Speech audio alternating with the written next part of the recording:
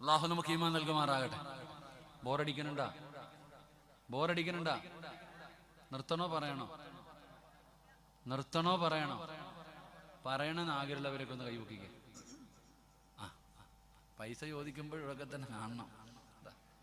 ഇങ്ങോട്ട് നോക്കിക്കേ. എടോ, അള്ളാഹുവിന്റെ വിശുദ്ധമായ ഖുർആനിൽ വിശ്വസിക്കുന്നവരല്ലേ നമ്മൾ? അല്ല പറയുന്നു, നിനക്കും നിന്റെ ഭാര്യക്കും നിന്റെ മക്കൾക്കും മരിക്കുന്ന കാലം വരെ ഞാൻ തരാം ഭക്ഷണം, നീ പേടിക്കൊന്നും വേണ്ട, നിനക്ക് പട്ടിണി ഉണ്ടാകില്ല. അള്ളാഹു ഈമാൻ നൽകുമാറാകട്ടെ. അല്ല എങ്ങനെ പറ്റിക്കോ? അല്ല പറഞ്ഞു പറ്റിക്കോ? നിങ്ങൾ എന്റെ കൂടെ പറ്റിക്കോ? പറ്റിക്കില്ല. അള്ളാഹു പറയുന്നു, മരിക്കുന്ന കാലം വരെ തരാൻ പെങ്ങളെ. നീ ഇല്ലാത്ത കഥ അതുകൊണ്ട് അതാണ് അമ്പിളിയമ്പാവനെ കാണിച്ചിട്ട് ഇപ്പൊ പിടിച്ചു തരാന്ന് കള്ളത്തരം പറയും. നീ കണ്ട ശൈത്താന്റെ കഥയൊക്കെ പറഞ്ഞു കൊടുക്കുന്നല്ലോ. നീ നിന്റെ മക്കൾക്ക് പറഞ്ഞു കൊടുക്കേണ്ട ഒരു ചരിത്രമാണ് ഞാൻ പറയുന്നത്. ഇത് സത്യമാ, ഖുർആനാ.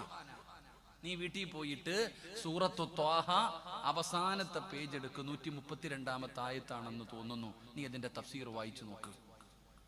ഇത് അല്ല പറഞ്ഞതാ. അള്ളാഹു പറയുകയാ, വഅ്മുർ അഹ്ലക ബിസ്സലാത്തി വസ്തബിർ അലൈഹാ ലാ നസ്അലുക റിസ്ഖ നഹ്നു നർസുഖുക.